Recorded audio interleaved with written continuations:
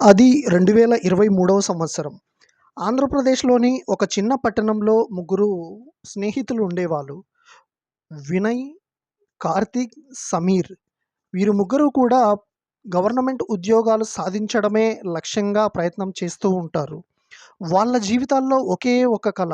మంచి జాబ్ కొట్టాలి, మంచిగా లైఫ్ సెటిల్ అవ్వాలి అన్నదే వాళ్ళ గోల్. ఒకరోజు వాళ్ళకి సోషల్ మీడియాలో ఒక వ్యక్తి పరిచయం అవుతాడు. తన పేరు అరవింద్ వర్మ ఐఏఎస్ అని చెబుతాడు. ఢిల్లీలో ఫైనాన్స్ డిపార్ట్మెంట్లో పిఎంఓ ఆఫీస్ దగ్గర పనిచేస్తున్నానని అతను చెప్పుకుంటాడు. ఆ వ్యక్తి మాట్లాడే తీరు, ఇంగ్లీష్ యాక్సెంట్, డ్రెస్సింగ్ స్టైలు ఇవన్నీ చూసి నిజంగానే అతను పెద్ద ఆఫీసర్లా అనిపిస్తుంది.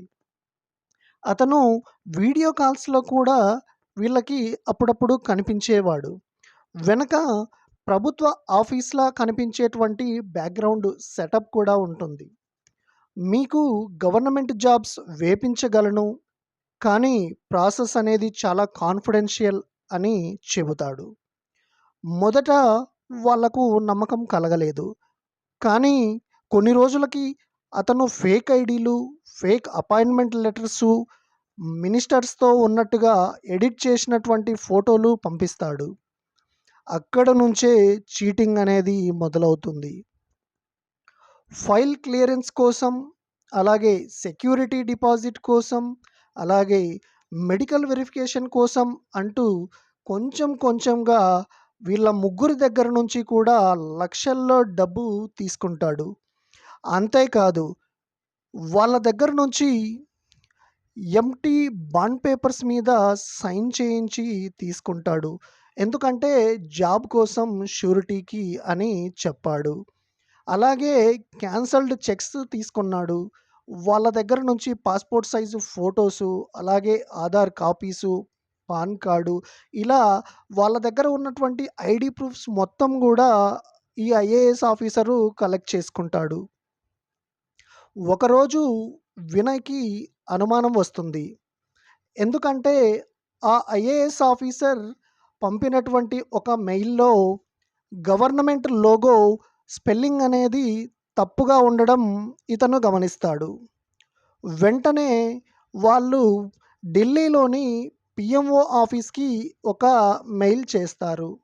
అక్కడ నుంచి వచ్చిన రిప్లై చూసి వాళ్ళు షాక్ అవుతారు.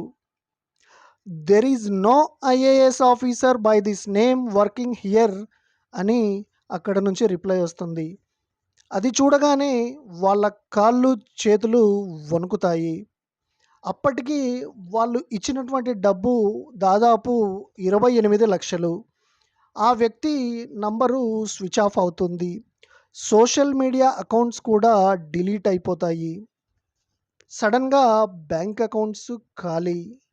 కానీ అసలు ట్విస్ట్ అనేది అప్పుడే బయటపడుతుంది. ఒకరోజు సమీర్‌కు ఒక అజ్ఞాత నంబర్ నుంచి వీడియో కాల్ వస్తుంది. ఒక తెలియని నంబర్స్ నుంచి అన్నోన్ కాల్ అనుకోండి. ఒక అన్నోన్ వీడియో కాల్ వస్తుంది. అందులో అదే ఫేక్ ఐఏఎస్ ఆఫీసర్‌లా కనిపిస్తాడు. అతను నవ్వుతూ చెబుతాడు, "మీరు ఇచ్చింది డబ్బే కాదు, మీ జీవితాలు కూడా." కొన్ని నిమిషాల తర్వాత వినయ్ ఫోన్‌కు బ్యాంక్ నుండి ఒక మెసేజ్ వస్తుంది. Your loan of 18,00,000 has been approved అనేసి. వాళ్ళు ఎప్పుడు కూడా లోన్‌కు అప్లై చేయలేదు. తర్వాత తెలుస్తుంది వాళ్ళు ఇచ్చిన డాక్యుమెంట్స్‌తో ఆ క్రిమినల్ ఫేక్ కంపెనీస్ క్రియేట్ చేశాడు.